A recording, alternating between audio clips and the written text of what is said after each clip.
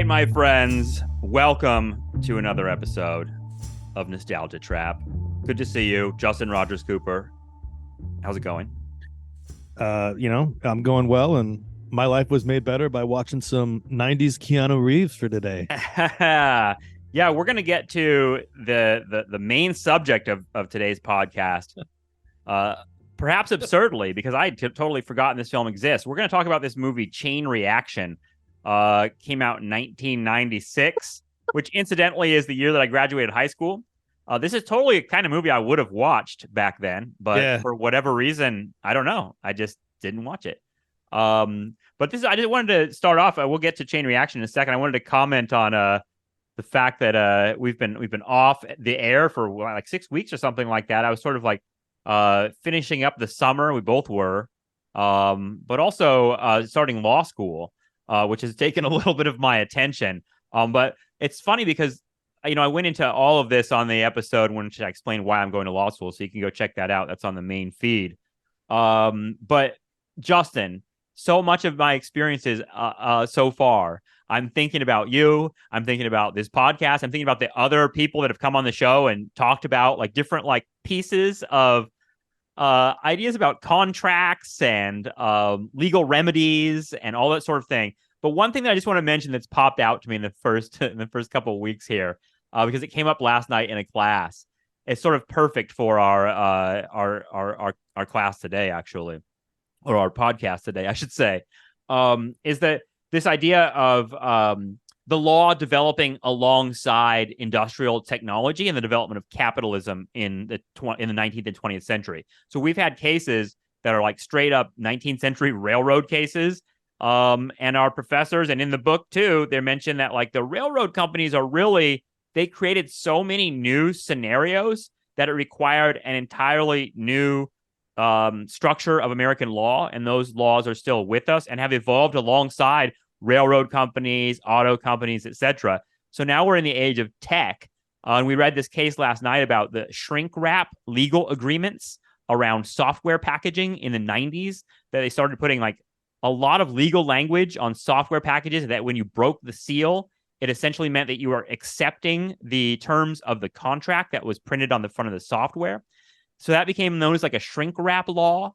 And software companies started hiding lots of legal shit in there. And the main thing that they've hidden, and they've gotten away with it because they've argued that that's like, this is necessary part of like so many different software agreements, licensing agreements that you're going to be clicking on when you update your phone, etc. But they've built in this idea of arbitration, that you can't basically they've built in this idea that you can't sue them, that there's no liability for the product that they're putting out.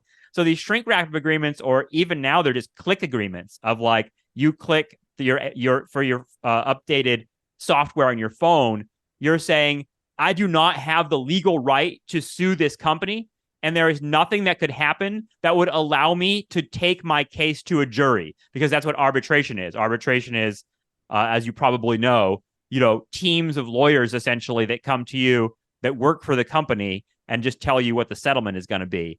So essentially, the point is in the years in which digital technology has become the like front of the American economy, the law has changed dramatically, and it's taken out a really important democratic element to the consumer experience. In other words, we have no ability to get any recourse against these companies because we're silently acquiescing to all the legal terms and conditions that they're putting on the package or in the software or even on the app. I thought that was a really cool sort of connection to what we talk about on this show.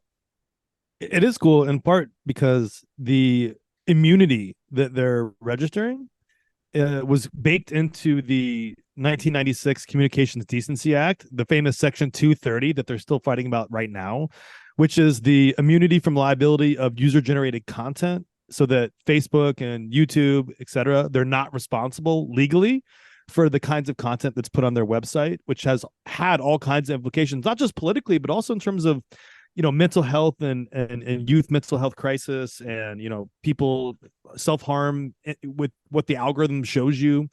All kinds of cases still kind of bubbling up from that. And I think one thing to note just off the top of my head would be that the immunities from the law, the idea that you can bracket liability and push it out of the way is essential to profitability. It's actually essential to surplus value.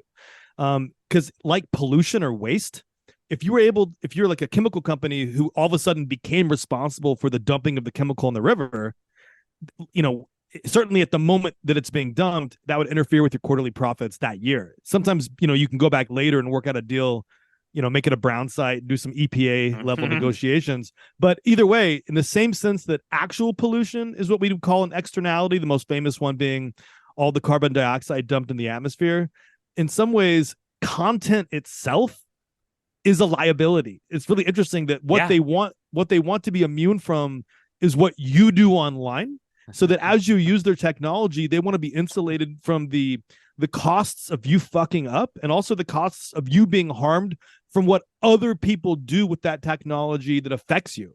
And it's just interesting that if they didn't have the immunity, they wouldn't have the profits, which raises all those questions we always like to kind of needle the capitalists in the room, because you can kind of say, it's not your hard work or your wealth creation, brah. It's the fact that you've excluded your liability from a whole set of circumstances that actually allows you to become the kingpin that you imagine you only are because you're a genius.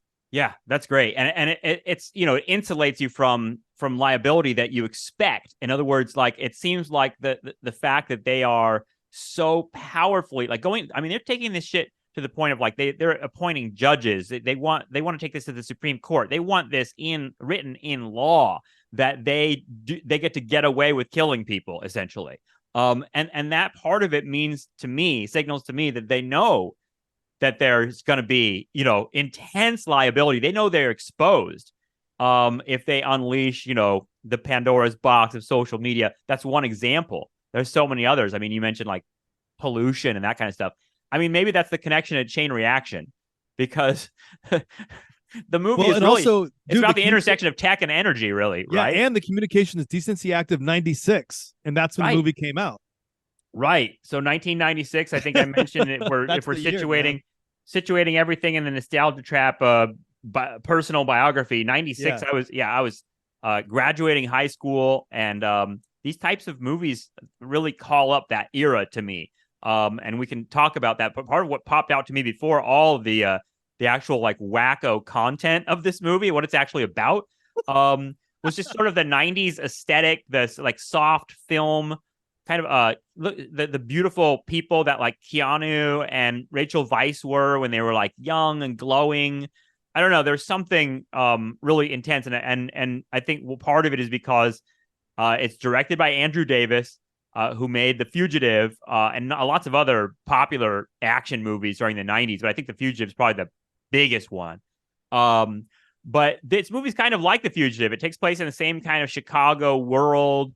You see like multiple like elite levels of like law enforcement and things like that. There's the plot has a similar sort of like framed man on the run from an agency that's trying to understand the case as we are at the same time. I mean, there's a lot. But his name wasn't Jason Bourne.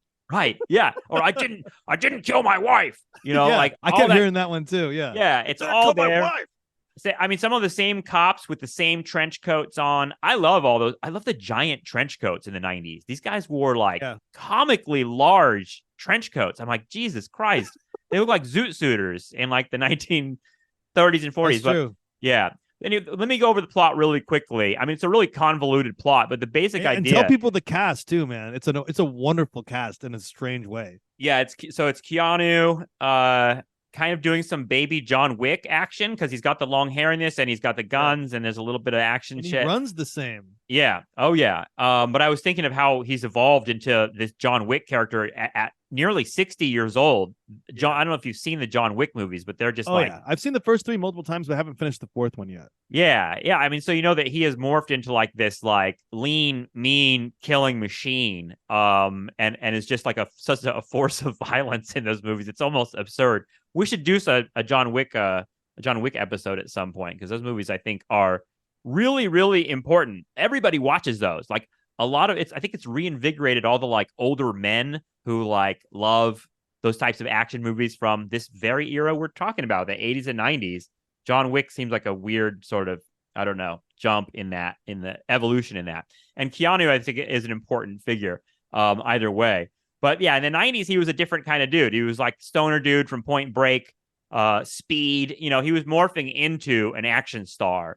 And this movie has him, Morgan Freeman, Rachel Weisz, Brian Cox, a whole bunch of other like recognizable figures. Fred Ward, who's playing the sort of Tommy Lee Jones figure, the FBI agent who like is really hardcore and wants to get him, but then at the same time he's kind of figuring out that the guy's innocent that he's chasing.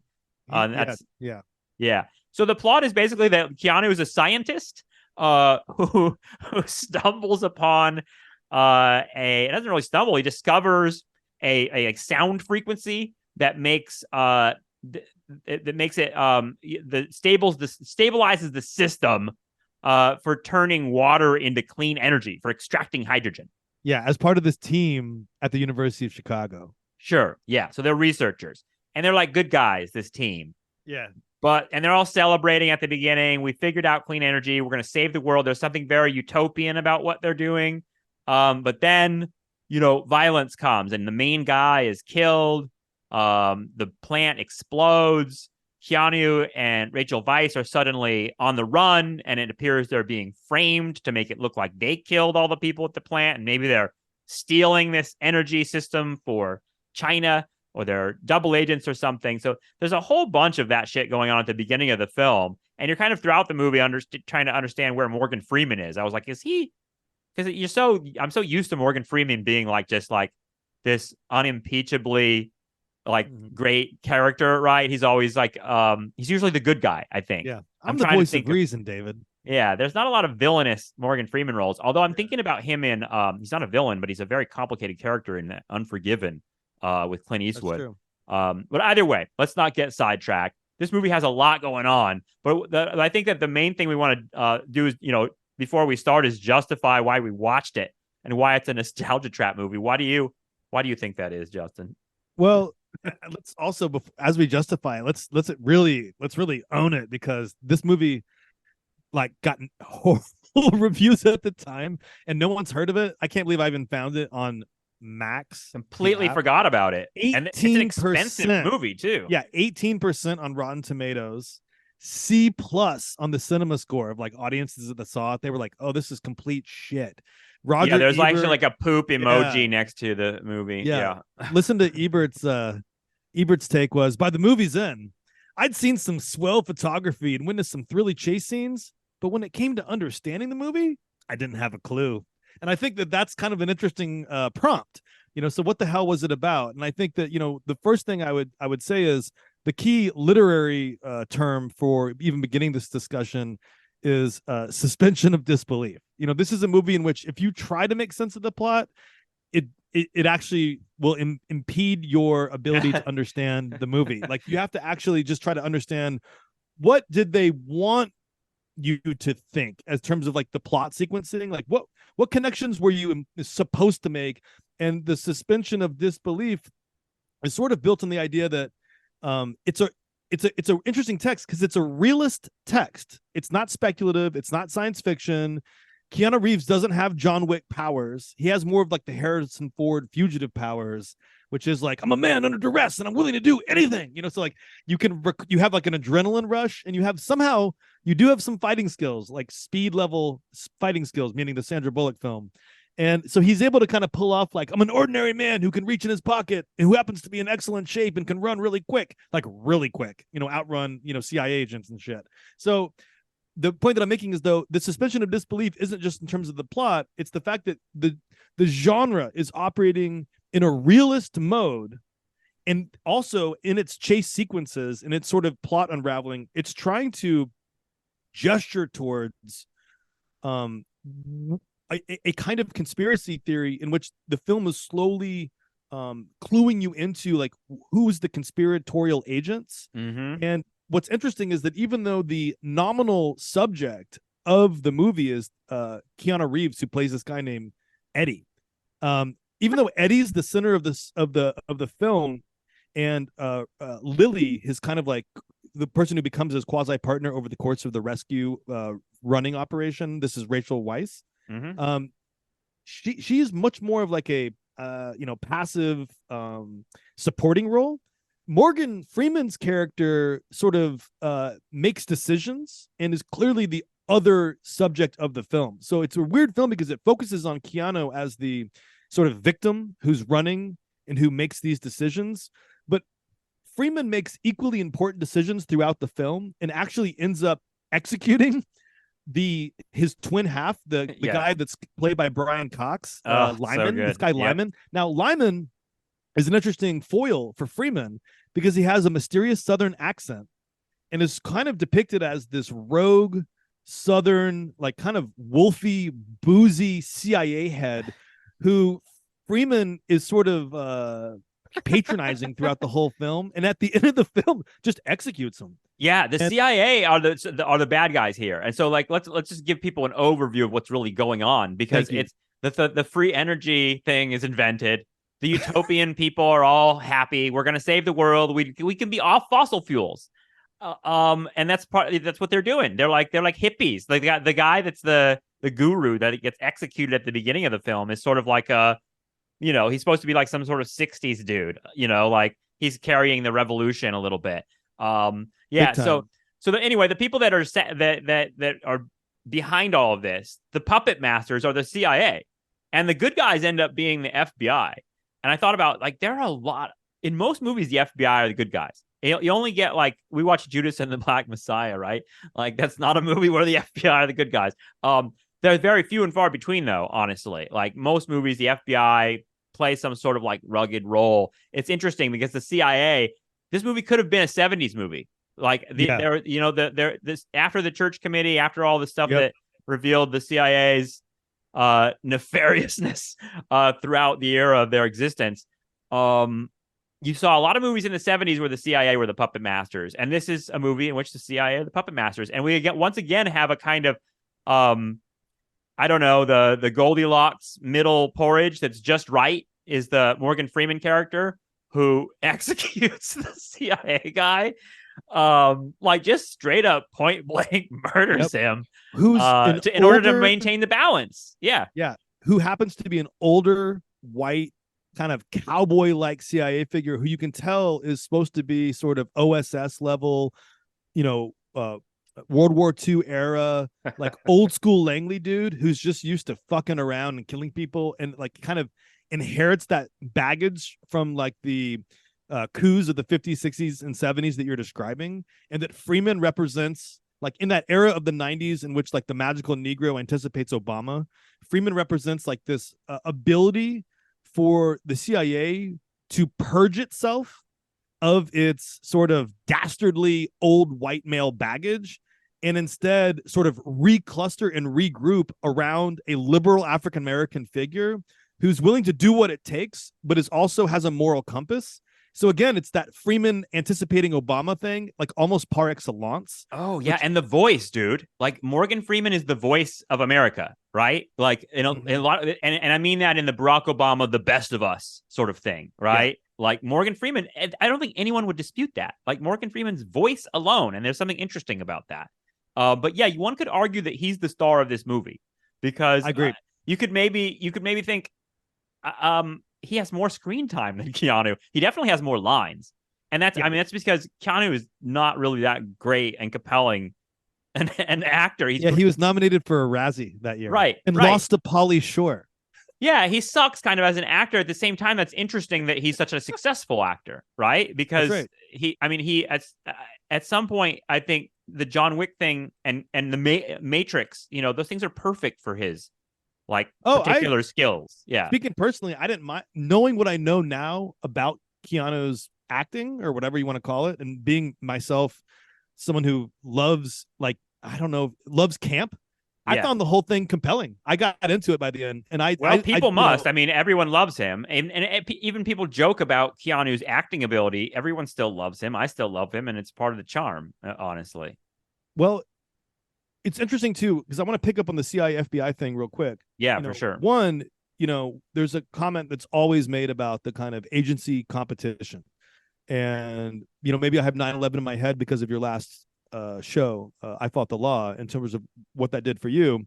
But, you do get like a pre 9/11 agency competition here that's interesting. You can see the competitiveness, the lack of cooperation, the lack of intelligence sharing, and also the fact that a rogue agency was responsible for creating like a mess that had no democratic oversight, and this other agency that's kind of trying to come in and catch up and figure things out. Now, the lie to that is we know that the FBI was, we don't want to get into our 9/11 stuff here, but the FBI at a minimum was shooting itself in its own foot in the years and the months leading up to 9/11. So we don't know. I don't want to make a straight connection. However, what I do want to say is what's interesting about your observation that the FBI is posed as the kind of agency that is operating on domestic soil and sort of cleaning up the CIA's like broach or breaching of its original foundation clause, which was to only operate overseas and not on the domestic soil, no matter what it was doing, I guess, including building secret hydrogen fusion reactors. And with that in mind, though, if you go back to 96 and you go back to our Waco episode, early 90s FBI is a villain and a terror. And so one of the things that's interesting about this film, alongside Tommy Lee Jones and The Fugitive, etc., is that alongside all the Waco shit that we've talked about, and alongside the FBI kind of coming in and doing some stuff that is at a minimum immoral, is a set of Hollywood films that are like pretty big budget. And this is a pretty big budget misfire too, which is really interesting. And we can, I'm going to get back to like why this movie in a second, but the FBI is being repaired in real time in the public imagination, or they're attempting to, as it's suffering some of its most humiliating, moral quandaries.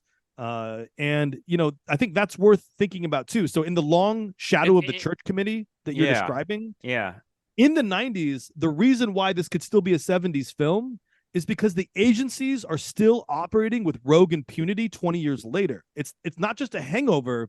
You're continually drowning in the drunkenness of agency impunity. Yeah. Oh, totally. And to me, it's that balance between like, oh, the FBI, good guys, bad guys in movies, that sort of thing. It falls into that larger thing we've talked about in terms of law enforcement and criminality and how that stuff is depicted in fiction, and how it gets us off in particular ways, but also how, like the FBI or the police, when we watch those, we often see the hero cop, right? Or the hero FBI agent who is a foil to the institution itself, which is rotten, right? Or filled with corrupt assholes or robots, or abusive cops or something like that. In other words, it's always about like showing us like a contrast between these things. Even if it's a good institution and a bad cop, we always are sort of like, in other words, that it seems like the law enforcement world is pliable for us in fiction, and it allows us to sort of think about like good guys and bad guys. Tommy Lee Jones is a great example because he comes in that movie and there's all these like fucking like dumbass local cops who are like they can't figure anything out. I've seen this movie so many fucking times. And what's great is like the dumbass local cops haven't figured anything out. They think the prisoners are all dead. They're all dead. Whatever. Who cares? And Tommy Lee Jones is like, no, we got to find all their bodies. And like we found all their bodies, and Tommy Lee Jones knows they're full of shit. And so Tommy Lee Jones is, that's when the scene where he takes over and says like, I want to search every dog house, hen house, jailhouse, like that thing.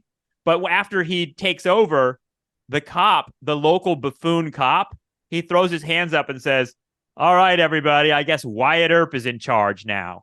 And I thought, wow, doesn't that get to exactly what we're talking about? That like Wyatt Earp, I mean, we've done Deadwood, right? It's sort of like that sort of outlaw cop, weirdly, is what works for people. One of the things I picked up on what you just said was the idea of the institutional outlaw, not the outlaw from society, but the outlaw within an institution, and the kind of the ways that the rogue person within an institution has the responsibility for purging the corrupt elements of that institution. And in all these films, that person is supposed to also be a signifier for how the nation itself can be repurposed and remade. And it's supposed to be a kind of like weird liberal apologetics and a white racial apologetics, so that there is like this redemptive white rogue outlaw who can inhabit the agency, purify it through his rogue behavior, and then leave the nation itself in a stronger place, which is what Top Gun Maverick is all about too. Yeah. And so in this movie, Right. what's also what this movie is interesting about is when we think about that institutional outlaw in this case, that outlaw is Morgan Freeman in the CIA. And so unlike the 70s conspiracy paranoia films, the CIA in these films can be refreshed. Mhm. It's refreshed by Freeman. Now, what's very interesting as well is that in this 90s movie, in which, by the way, Keanu Reeves has a chase scene while wearing a grunge jacket, a flannel jacket. Yeah, I know. His name's Eddie. I was like, dude, I'm still, Yeah, you know, like the haunting masculinity of grunge's implicit alternative politics was supposed to be fed up through Keanu Reeves. And I think that might be one reason why, on a side note, that they changed the script, because when Keanu signed on to the movie, he was married with the kid, and it sounded a lot more like The Fugitive and a lot more like these Liam Neeson movies like Taken, where it's a family man. He's a little bit older, and then you're appealing to that population that's older, you know? Whereas by making him a 25-year-old student, they kind of tried to draw in the young male demographic and not the older population that doesn't go to movies. And that's actually why Keanu Reeves thinks the movie failed, was when they made these changes to his character. Anyway, that's a sidebar. Well, also this movie has a convoluted sense of, I mean, there's an injustice that's been done, but it's kind of like, I got to figure out what the injustice is. When it's like, no, I didn't kill my wife. Like, it's so simple, you know, like the fugitive story is so simple and so perfect an engine for creating that like sense of like righteous justice and violence that must be done. And Taken, obviously, John Wick takes it to such a ridiculous extreme, because it's like they literally killed his dog. Like, that's it, right? Like, these fucking evil people killed a dog that meant a lot to him, and so he's gonna go on a 4-movie killing spree, and that's enough, you know. Like, that's all I need. It's interesting. That's some Trent Reznor shit right there too. And I don't mean that as an insult. And then also, he also, looks like Trent Reznor in John Wick, honestly. Yeah, well, didn't Trent Reznor write an album about his dog, or multiple songs about his dog? Ooh, that I don't know. I hope that's a Wikipedia right. rabbit hole for me someone later. out there can fact check that. Like, your connection is unstable. But part of the reason why I liked it when you brought up this idea of the institutional outlaw also is because when Lyman, the Southern weird OSS era white old dude, is killed, which seems to be like the main villain that's erased and kind of standing in for past crimes and transgressions, Morgan Freeman, after executing him in the elevator, says like, actually, Lyman, like, your dismissal had already been rearranged, or like something like that. Yeah, like, he said something cold-blooded after it was a foregone foregone conclusion, and he was the one who was going to do it. Now, what's interesting about that is that up to that point, as they're escaping this hydrogen explosion at this weird off-site underground bunker tunnel construction era site thing, where Keanu Reeves has set in motion this explosion sequence, chain reaction. And as this thing's about to do this chain reaction, and him and Rachel Weisz, Eddie and Lily, are stuck in like the ground chambers. After Freeman, or around the time that Freeman executes Lyman, he unlocks all the doors so that Eddie and Lily, who've been trapped in this underground explosion center, can like escape and get out. So you can see that he, whether through his innate moral compass or through his respect for Eddie, that, you know, as he's learned more about Eddie's character under this time of stress and crisis, he has used Eddie, or Eddie's used him, to purge the CIA of its corrupt elements. And what I think is interesting about that is sort of fatherly taking care of Eddie. Like, you do well, Eddie. Like, good luck, Eddie. You know, like, that's right. He has that Morgan Freeman, like, you're part of the family, and he protects him. Yeah. Yeah. And what they're theorizing here is that it takes an outsider putting pressure on the institution and leveraging that pressure through other agencies to create agency change. So in other words, the model that the political model the movie's proposing is a simple protest movement, like on the basis of morality, will be ineffective. If you want to have an effective, you know, reform of the CIA, you need to leverage the FBI against it. You have to kind of expose it somehow, but also there has to be, this is like very Star Wars style. There has to be an alliance between the like hero subject who's outside the institution or outside the empire and the defector, the traitor inside the empire who's willing to like pull a lever that sets off this chain of events. And that's Star Wars. That's like when you have someone on the inside and someone on the outside, and they form a temporary alliance to produce an event that causes political change. And it's a different model than just saying class war. We've talked about it before in the Star Wars episodes. QAnon, actually. Yeah, right? Like, I mean, it's a similar sort of thing, a similar sort of function. What I wanted to talk about most in this in this movie was the little speech that Morgan Freeman gives at some point about the whole big picture of the movie, the clean energy thing. Because, you know, his Keanu is like, this was going to save the world. No more fossil fuels. You know? And Morgan Freeman is like, Eddie, don't be naive. He sounds just like Obama. Yeah, exactly. He's like, let me be clear. He said, help me out. His energy, Morgan Freeman, his sort of energy take is that this would be chaos if we let free energy out. The whole world is, he says, he uses the word addicted to oil. We're addicted to fossil fuels, which is such a meme. I mean, we've talked about this a million times with like Rupert and everyone else. Because this is the no blood for oil. This is the Iraq war. This is the politics of our age. Is like, we're addicted to oil, he says. And he says, if we get a free, clean energy system that goes out to the whole world, do you know what will happen? The global economy will collapse, and we'll have war and total chaos. And I was sort of like, wow, I've heard that's a very dorm room sort of Alex Jones sort of take on the world. But what did you take on that? What was your take on that? Because I thought that was a hilarious sort of perfect part of this movie was that speech. Well, you know, it's weird. It's the other play on the film's title, Chain Reaction. And so what Wikipedia summarizes as saying is the film is based around the premise that free energy suppression, that was a 90s conspiracy, is real. I remember being in high school and people telling me like, you could run a lawnmower or a car on water, bro. They just like, they're preventing it. And I remember being like, wow, I didn't know that. And then there's the Who Killed the Electric Car. There was a documentary about that whole idea, and that I mean, you talk about the puppet masters, CIA, we're always in our minds, but the CIA were really kind of doing the dirty work of the oil companies, you know, all around the world. They're just basically making the world safe for American extraction of all the oil we need. That was really the mega conspiracy, and in some ways still is, I guess. Well, and it's a weird thing because it picks up on the Iraq War level discourse almost to a T. Right. And what Freeman goes on to say is the discovery of free energy is too disruptive. Energy would suddenly be cheap. Oil would no longer be necessary. Oil companies would go bankrupt. And such sudden economic changes would crash the stock market, throw society into chaos. Where's the chaos coming from? Economy immediately goes into recession. The recession produces unemployment. The unemployment produces populism and like fighting.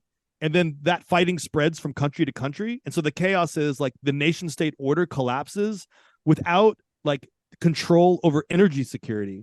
And one of the lines that Keanu's like, you can't really believe that, can you? Like one of the thing that he says to Keanu that sparks him to say that is he says some version of like, look around, Eddie. Like, people go to the shopping mall. People like to live their middle-class lives. They want to have barbecues and like drive to work in the morning. And if we did this, all that would end, which is what Cheney said to justify the Iraq invasion, if I'm not mistaken. Right. And it also looks ahead to Bush's telling us to go shopping after 9/11. So it's like a really timely and untimely discourse. And the movie doesn't really give Keanu the moral agency in that conversation. Like a lot of people in the theater would probably side with Keanu, obviously, as the hero, but at the same time, the movie never like produces a counter argument to that, except for Keanu's like, you can't believe that, can you? It can't be true. It can't be true. Yeah, I thought like maybe they a part of it is like I think they maybe wisely limited Keanu's role in this because there were a couple scenes, and it's this one in particular at the end where Keanu is sitting at the desk. and he's about to like blow up the whole place, and Morgan Freeman comes in, sucking on his cigar that he never lights, which is really weird. This element of him, he's supposed to be this kind of shadowy figure, I guess. This cigar is like part of the Like shadowy the cigar in the room where the things are decided. Right, and his like scarf and like fedora. He's sort of, I don't know. There's like a strange love, sort of shadowy element to him. But yeah, I was thinking about, oh boy, like this scene is Morgan Freeman and Keanu, and I'm like, Morgan Freeman is like 10,000 times the actor that Keanu is, and I'm wondering what they're doing here. And Morgan Freeman gets all the lines in that scene. Like Keanu, you're right. He just sits there and says like, no, it can't be true. Like I don't want to believe it. Like he just sort of like is that guy. And that makes the movie really, really favor Morgan Freeman's take on all this free energy stuff. You're kind of like, well, he is the porridge that's perfect, because he's saying, I mean, his thing is we need to protect the public from itself, essentially. Like that seems like that's a theme in movies. We see that a lot. I mean, isn't that like the Dark Knight movie, like about like that ends with that sort of idea that like the public needs to be lied to, otherwise you'll unleash their dark libidinal urges and they'll tear down the palace, right? I mean, it seems like that thought is there really powerfully in this movie. Well, and also if Eddie's skepticism about like people's desire for shopping malls is correct, the other side of that is that that's just the kind of lines that I think his name is Paul, Freeman's character Paul, that's just Paul Shannon. That's just what Shannon's feeding Eddie. And what he's really thinking is, national security is dependent upon the restriction of technological export, and that national security is dependent on maintenance of the empire. And the real thing he's hiding, because I think he's lying to Eddie. I think he's saying shit arguments because he doesn't want to reveal what's actually happening to Eddie. Because look at Eddie's response to even the lies. Eddie can't handle the truth because he can't handle the lies and see through them. Eddie's response should have been like, "You're lying. I know why you're really doing it." What he's really doing it is to maintain the empire. And the problem with free energy is all those other states, all those other regimes would be able to have power. Like energy on some level is capital. It is political power. That's we know this. Well, China is the sort of specter at the beginning of this movie. I thought this movie was going to be like a China movie, but it ended up not being that. But it's there in terms of the idea of like, that's the nightmare, right? Is that like, oh, China's going to get this technology. It's very Cold War in the sense of like, it's Oppenheimer, right? It's sort of like, well, when they pull the glasses down to look at the fusion, it's a direct Oppenheimer visual, which I thought was kind of remarkable. And the other thing that's very Oppenheimer about it is that one of the theses that's running through Oppenheimer is the Frankenstein thesis, that once you let it out, it cannot be contained, and you're giving people the power to destroy the world, even if you think your initial act is saving the world. And if you reapply that into this script and into this moment, the strange, failed film of 1996 is a strange bridge between like the real Oppenheimer, 9/11, the FBI 90s, but also the current moment. And, while the discourse that it's trading upon, including in the chain reaction title, is nuclear proliferation and nuclear fission, the kind of import of this analogy that the film is making into hydrogen or like alternative energy is the most easily identifiable myth of the industrial era, which is the Frankenstein myth, the one that we're covering today with AI, the one that we're covering today with nukes in North Korea, etc., the familiar one, but also the one we're covering now with silicon chips and the export restrictions that the United States has imposed upon companies doing business with China to block them out of the latest computer silicon, chip technology, so that they don't develop any more of an advanced AI than they currently have. And I'm not the expert on what anyone has or not. But the thing that the point that I'm making here is there's this idea that the technology once released cannot be controlled. And if you reapply it to our Q episodes and just look at social media is very interesting. And I continue to think about this with my students because I'm just teaching this class a version of it again and again and again to try to get to the bottom of what the fuck social media is. And when you just look at the level of the Q phenomenon and the disinformation campaigns that we talked about in our chaos episode, et cetera, the way that what used to be a power of like communication and like kind of mind disruption that was the province of like intelligence agencies and like kind of agency experimentation. You've now kind of like putting a automatic weapon in the hand of an individual, or putting a car in the hands of a road rage asshole. You've created a technology that other people can use, not just for destruction, but potentially for mass destruction. And not just in terms of cyberbullying at that scale, but you've unleashed black box algorithms that are disrupting people's like dopamine receptors and changing their expectations for how their bodies should act and what they should look like and what they should do with their lives. And it's not a conspiracy from like a foreign government. Like it's not like the Russians are behind it. No one's behind it. You're giving that technology to the masses, and through influencers and through governments and through corporation marketing campaigns, etc., you have introduced a level of artificial intelligence just through these feeds that people are interacting with but not fully controlling. And we are living through the kind of bomb wave, the chain reaction of those decisions that are not only unregulated for the most part by our government or by most governments, but they're kind of like arguably at a certain point like uncontrollable. It's a Pandora's box situation. We've unleashed technology that we fundamentally can't control. That and seems... whether that go ahead. Yeah. I mean, I don't want to cut your rant short because I'm feeling it. Like, I mean, to me, you and I, we've talked a lot, sort of off the podcast lately about the strikes that are happening in the auto industry and Hollywood and what connects them. And I know we're not the only ones pointing this out, but it seems like there's a Pandora's box element at play with the labor strikes, in which they're saying, both industries, whether it be like writers and actors in Hollywood or auto workers, they're saying our industry is about to shift dramatically and we're going to be written out. And in other words, like they're talking about like electric cars requiring 40% fewer workers in order to be produced, in order to be manufactured. Well, it's like, well, that just wipes out whatever's remaining of the auto working class in the United States. So in other words, it feels like there's sort of a apocalyptic moment happening from the workers' perspectives, where they know the writing was on the wall, like AI and tech. At this point, it's interesting to me because we always envisioned that there would be some cataclysm with labor that would occur through robotic automation. We thought, okay, the robots will come and replace the workers.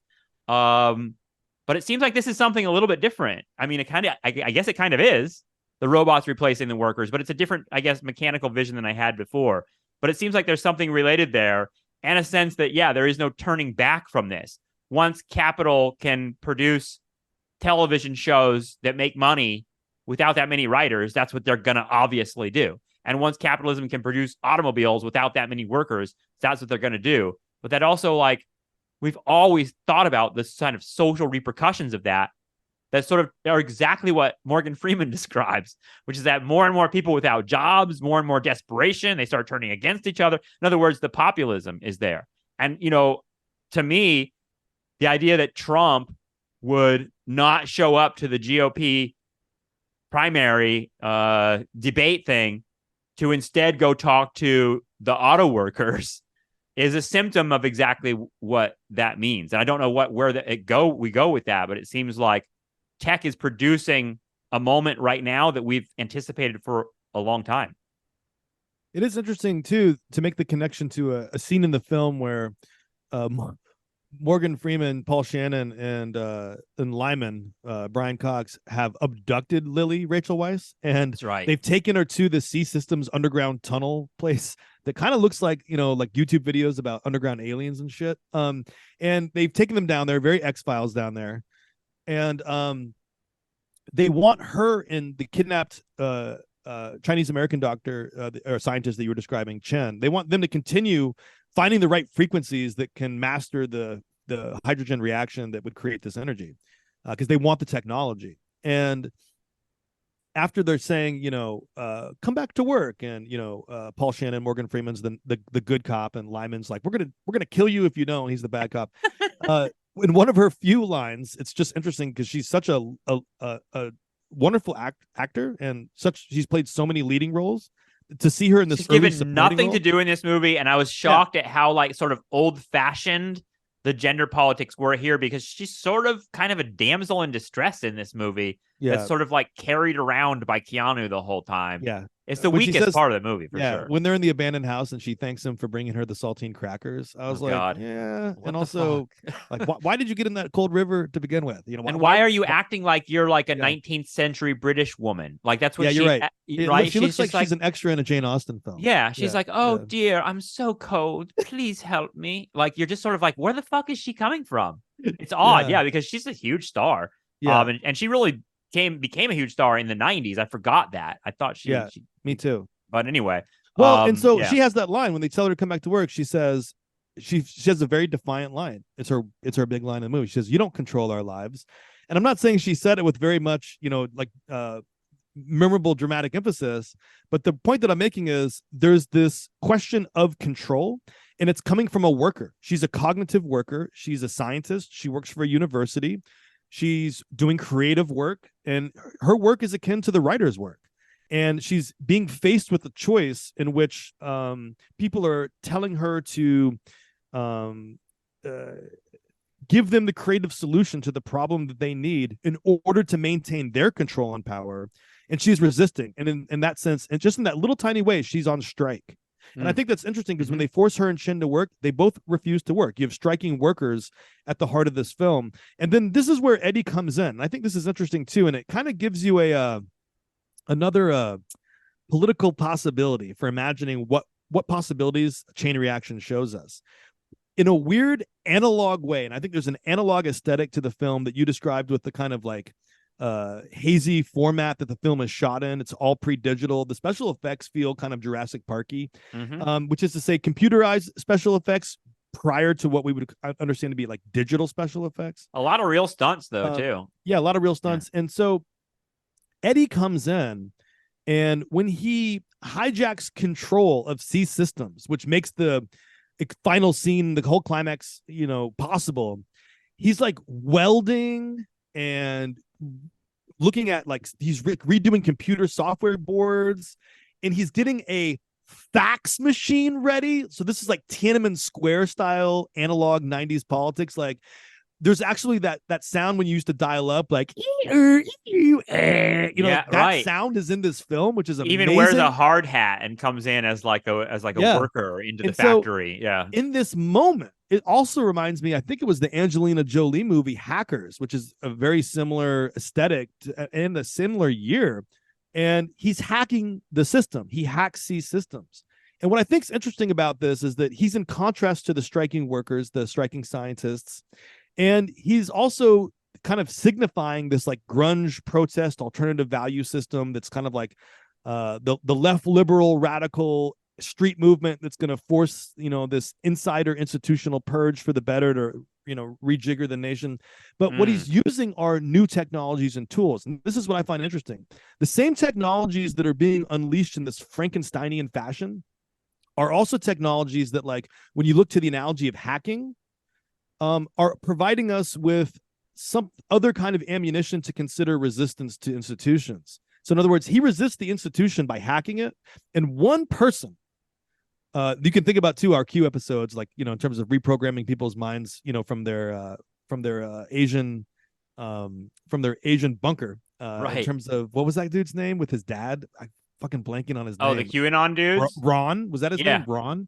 Watkins? What a fucking asshole. Yeah, the Watkins, yeah. Yeah, but Ron Watkins arguably changed the course of American politics through hacking people's systems, ironically through fucking 8chan. You know what I mean? Like, have all the hackers been right wing? I'm thinking about like Julian Assange, Edward Snowden, the fucking QAnon guys. I mean, it seems like hacking... Chelsea.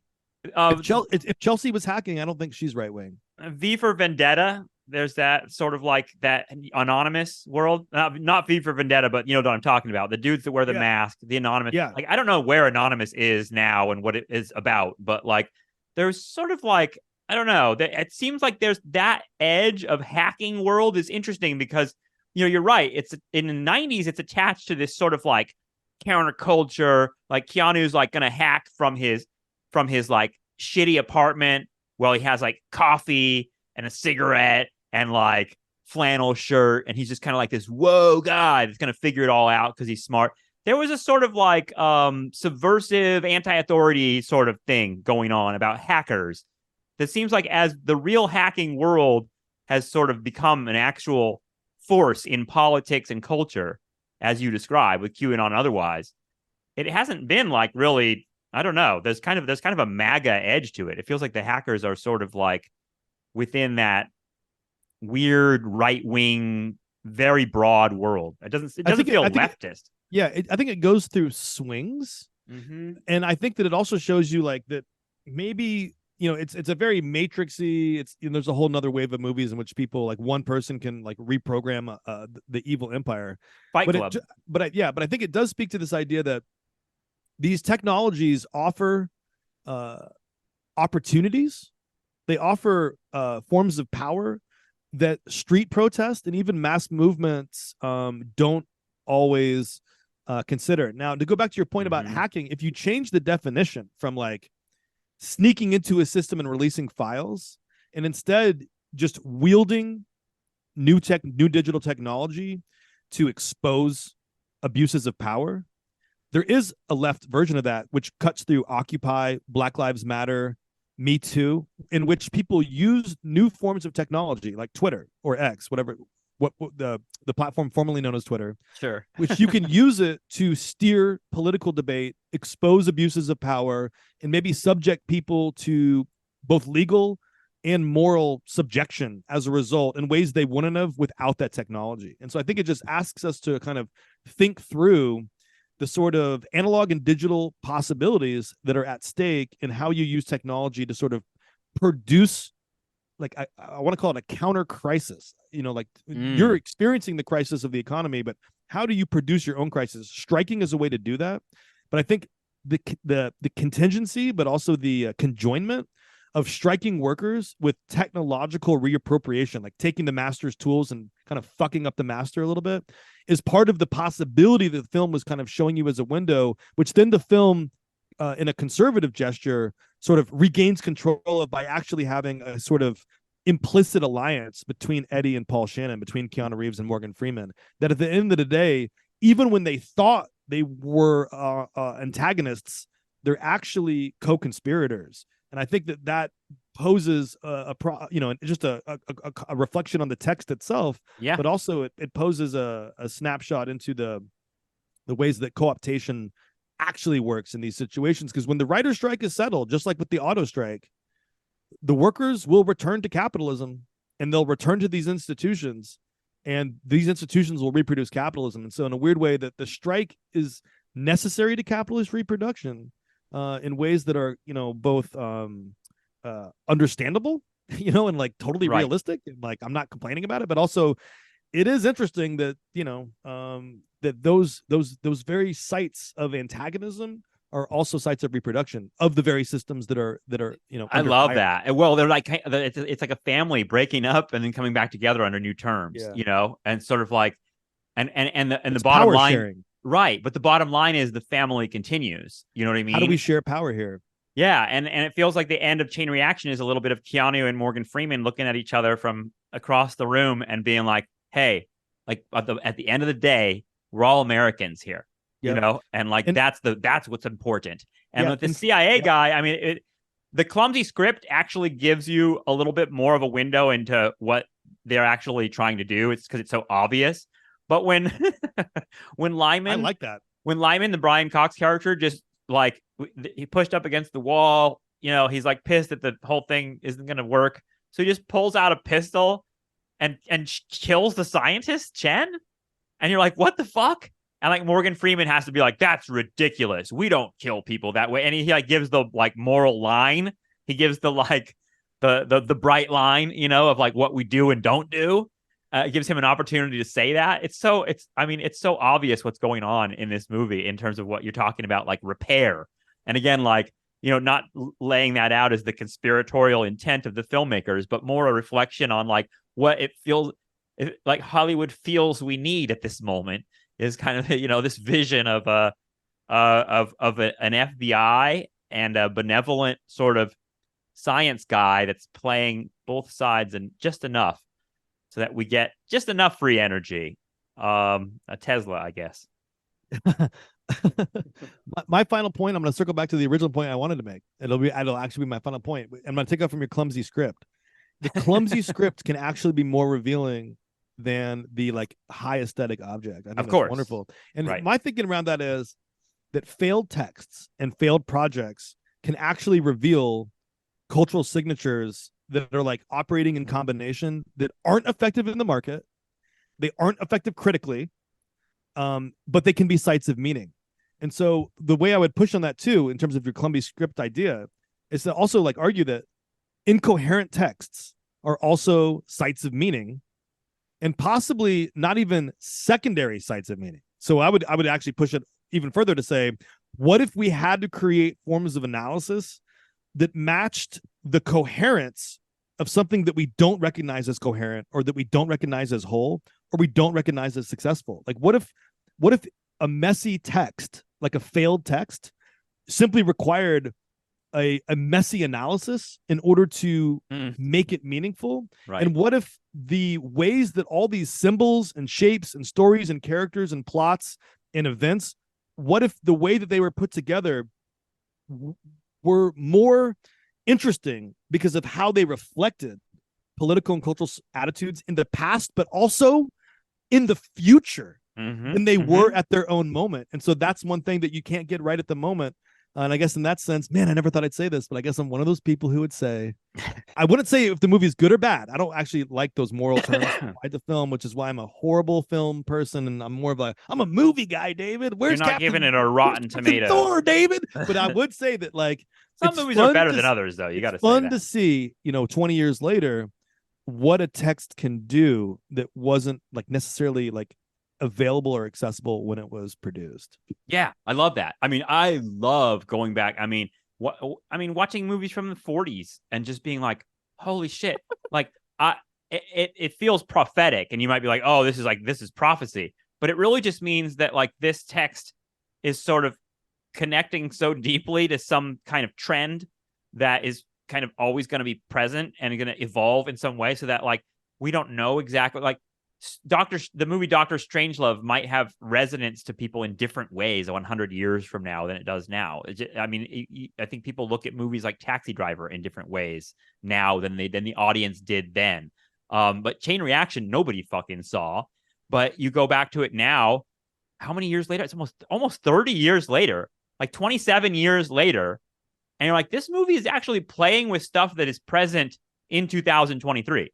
Like I was thinking about the auto strike and Bill Maher and Drew Barrymore and all the screenshots you send me, Justin, about China and about energy markets and about what is happening in the world post-pandemic and post-Ukraine war, two mega events that seem like they are part of shifting that tech reality one way or the other. Well, that's really well said. And another just funny note is the weekend Chain Reaction came out. It was in 4th place at the box office, and you'll love this. And it was behind A Time to Kill, Grisham, Independence Day, and Matilda. Oh, wow. What a fucking weekend that was. You know what I mean? What a fucking weekend that was. Those are the it'll make a meme out of, where they'll have some picture from like 1996 of like a mall marquee with those 4 films listed, and they'll be like, these were the good times and we didn't know it, like that sort of thing. That's a nostalgia trap to me, like just being like, oh, that's when everything was great. These movies they were, I mean, at the time I thought they were cheesy. I thought some of this stuff was kind of lame, like Chain Reaction.